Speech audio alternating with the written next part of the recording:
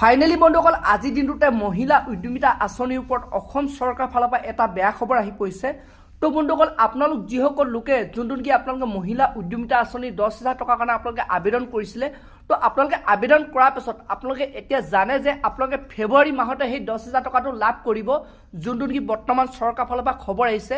কিন্তু বন্ধুসকল আজি মুখ্যমন্ত্ৰী ডাঙৰীয়াই ঘোষণা কৰিছে যে লাখ লাখ আপোনালোকৰ মহিলাৰ বৰ্তমান আপোনালোকৰ ফৰ্মবোৰ ৰিজেক্ট হৈছে। অৰ্থাৎ আপোনালোকৰ ৰিজেক্ট কৰা হৈছে যিসকলে এনেধৰণৰ কিছুমান ভুল কৰিছিলে, তো সেইসকল লোকৰ বৰ্তমান ফৰ্মবোৰ ৰিজেক্ট কৰিছে।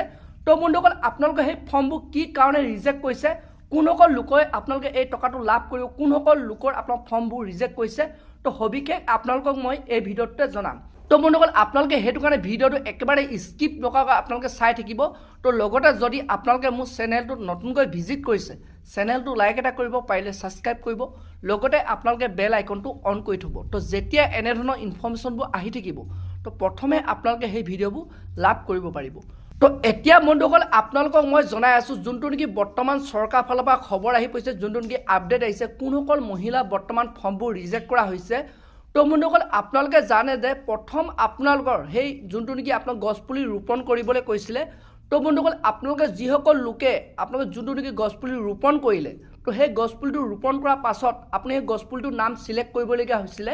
তো আপুনি যদি যোনটো গছপুলি ৰুইছিলে বা সেই গছপুলিটো আপোনালোকে নামটো যদি আপোনালোকে বেলেগকৈ চিলেক্ট কৰিলে, অৰ্থাৎ আপুনি গছপুলিটো ৰুইছে বেলেগ এটা আৰু চিলেক্ট কৰিছে বেলেগ এটা, তো এনেধৰণৰ যিসকলে আপোনালোকে চিলেক্ট কৰিলে, তো সেইসকল লোকৰ বৰ্তমান আপোনালোকৰ ফৰ্মবোৰ ৰিজেক্ট কৰিছে। আৰু বন্ধুসকল আৰু কেইটামান কাৰণ আছে যিকেইটা কাৰণে আপোনালোকে সেই ফৰ্মবোৰ ৰিজেক্ট কৰা হৈছে। তো বন্ধুসকল আপোনালোকক মই আগৰ ভিডিঅ'টো কৈ আছোঁ যে আপোনালোক যিসকল মহিলাই আৰু এনেধৰণৰ কিছুমান ভুল কৰিছিলে, অৰ্থাৎ আপোনালোকে এটা গছপুলিত অৰ্থাৎ আপোনালোকে কেইবাগৰাকীও মহিলাই যদি আপোনালোকে ফটো মাৰিলে, তো বন্ধুসকল সেইটো কাৰণে আপোনালোকৰ ফৰ্মবোৰ ৰিজেক্ট কৰিছে।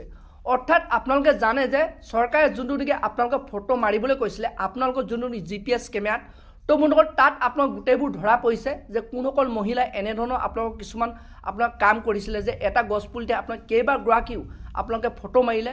অৰ্থাৎ আপোনাক প্ৰতিগৰাকী মহিলাই আপোনালোকে সেই 10গৰাকী মহিলাই যদি আপোনালোকে ফটো মাৰিলে, আপোনাৰ 10টা আপোনালোকক গছপুলি ৰোপণ কৰিবলৈ কৈছিলে, তো আপোনালোকে যদি এনেধৰণৰ কিছুমান ভুল কৰিলে, তো তেতিয়াহ'লে বন্ধুসকল আপোনালোকে এতিয়া সেই যোনটো নেকি আপোনালোকৰ মহিলা উদ্যমিতা আঁচনি যোনটো 10,000 টকা আপোনালোকে আশা এৰি দিয়ক, কাৰণ আপোনালোকে সেই টকাটো লাভ নকৰে।